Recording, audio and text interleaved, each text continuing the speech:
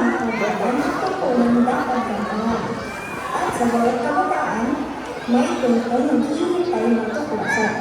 Ngunit, paano natin naiuunawaan ang pagiging Pilipino? Sa isang tahimik na aklatan, dalawang mag-aaral ang naghahanap ng sagot. Hindi nila alam na isang maliwanag aklat ang magdadala sa kanila sa paglalakbay ng pagtuklas. Ito ang kwento ng pagkakapalayan, pagkakamalayan, at pagmamahal sa bayan.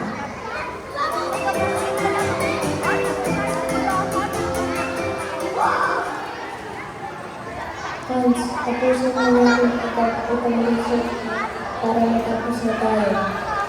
Oo, tapos natin. Pagkakakilanlan at pagkamamamayang Pilipino.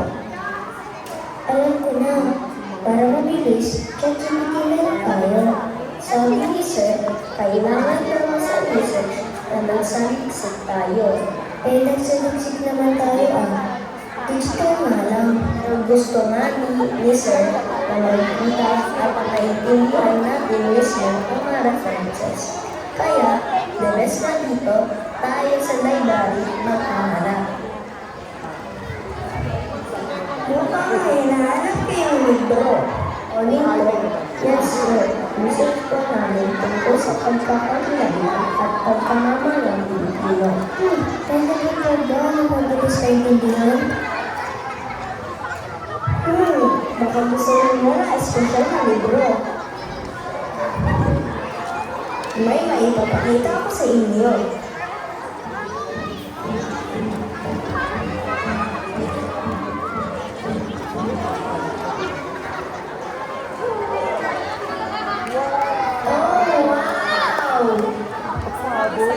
Dito ang tinarang libro. Magic po? Wow, exciting yan! Ang bawat pahina ng libro nito ay may kwento. Makikita ninyo ang mahalagang bagay tungkol sa pagkakahalalan at pagkamamamayang Pilipino. Tanong mo nga sa inyo, ano ang alam ng kanta ngayon?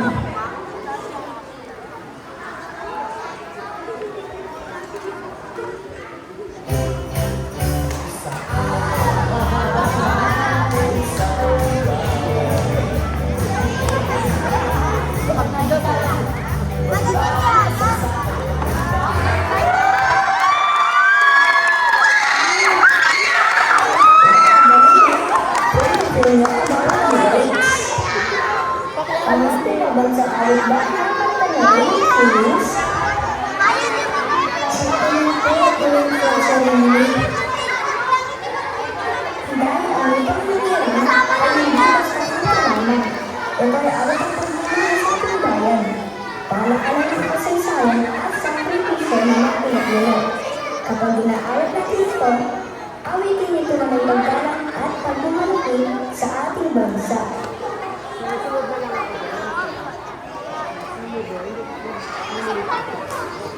Sir, paano ba nasasabing Pilipino ang isang tao? Magandang tanong iyan. Ang isang tao ay nagiging Pilipino kapag siya ay isinilang na may magulang na Pilipino. Parang automatic membership pala. Pero, may mga taong pinipili maging Pilipino dahil mahal nila ang ating bansa. Ay, wow! Pilipino by choice! Nakaka-proud naman maging Pilipino. Siyang tunay, dahil ang pagiging Pilipino ay hindi lang nasa papel, nasa puso at diwa na rin.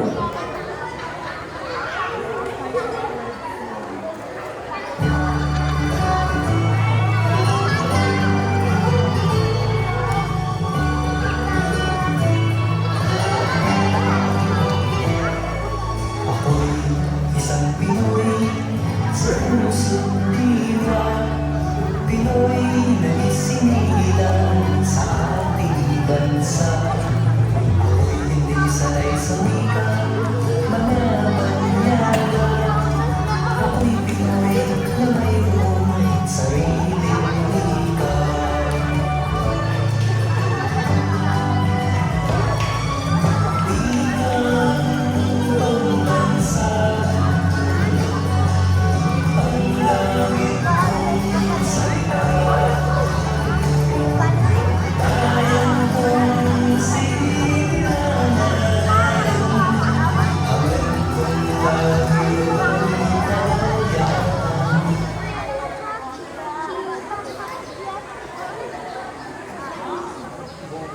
Tanong ko nga sa inyo, alam ba ninyo kung ano ang mga karapatan ninyo bilang bata? Karapatan po namin maglaro ng Roblox.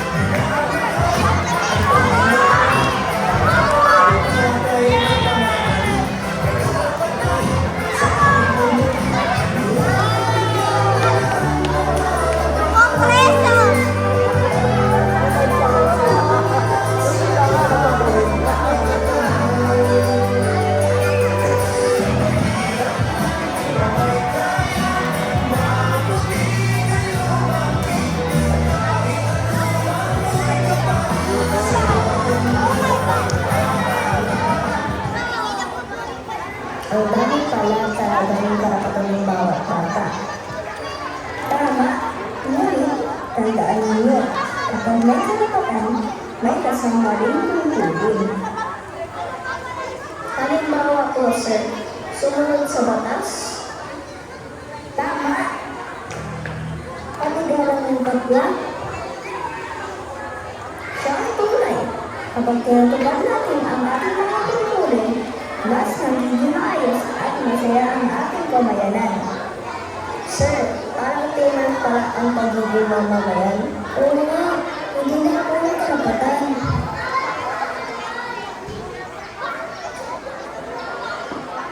Ang kamalingang pagsisindi ko ay ang pagtulong sa kapwa at sa komunidad. Sir, alam ko na, clean-up drive, tree planting, medical mission, feeding program. Wow! Ang dami ninyo alam. Yan ang mga simpleng paraan ng pagmamahal sa ating komunidad at sa ating bansa. Sir, kahit bata ko lang kami, pwede na kami makatulog. Oo nga, hindi na yan maging bayani. Siya ang tunay. Sir, kasama ko mabilis lang ang research gamit ang internet. Pero mas maganda pala kapag naiintindihan talaga natin ang ating pinag-aaralan. Siya ang tunay dahil ang pagiging Pilipino ay hindi lang nababasa sa libro. Ito ay nakikita sa ating mga inayon at nararamdaman sa pagmamahal sa ating bansa at kapwa Pilipino. Kaya tandaan ninyo, Kami ay Pilipino! May